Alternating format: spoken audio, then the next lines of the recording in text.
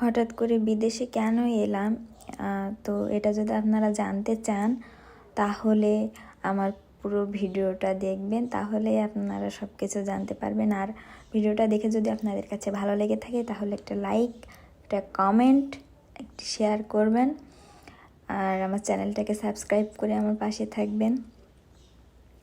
তো আমরা এখানে গেছিলাম, আসলে আজকে ছিল রবিবার, আমরা গেছিলাম একটু কিছু কেনাকাটা করার জন্য। তো এখানে এসে আগে একটু ঘোরাঘুরি করতেছি। এইখানে আসলে মানে এত পরিমাণ লোক হয়, আজকে একটু কম লোক আছে কিন্তু প্রচুর পরিমাণ লোক হয়। সমস্ত লোকজন সবাই, সমস্ত বাঙালিরা বা অন্যান্য থার্ড কান্ট্রির সব লোকেরা কিন্তু রবিবার দিন সবারই হলিডে থাকে, সবাই এখানে আসে কেনাকাটা করার জন্য, দেশে টাকা পাঠানোর জন্য সবাইকে এখানে আসতে হয়।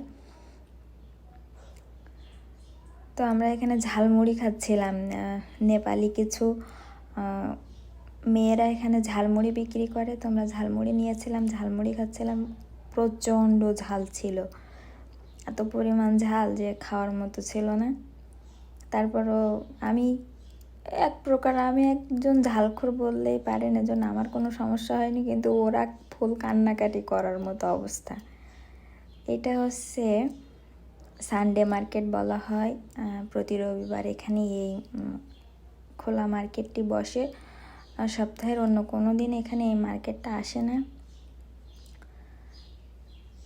তো এখানে কিন্তু সব রকমের জিনিস আপনি পাবেন এবং খুব রিজনেবল প্রাইসে, অনেক কম দামে, অন্যান্য মার্কেটের তুলনায় অনেক কম দাম এখানে। তো যে কথাটা আসলে আর কি, কেন আমি বিদেশে আসলাম, আমার স্বামী দীর্ঘ 2 বছরে সাইপ্রাসে আসছে, তো তার জন্যই আমার এখানে আসা।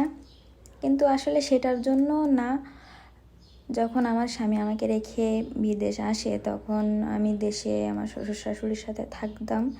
কিন্তু আসলে একটা মেয়ের স্বামী ছাড়া থাকা অনেক কষ্ট, আর কষ্টর থেকেও বেশি সমস্যা হচ্ছে আমাদের আশেপাশের মানুষ, আমাদের সমাজের মানুষের একটাই ধারণা যে স্বামী না থাকলে মেয়েরা আসলে ভালো থাকে না।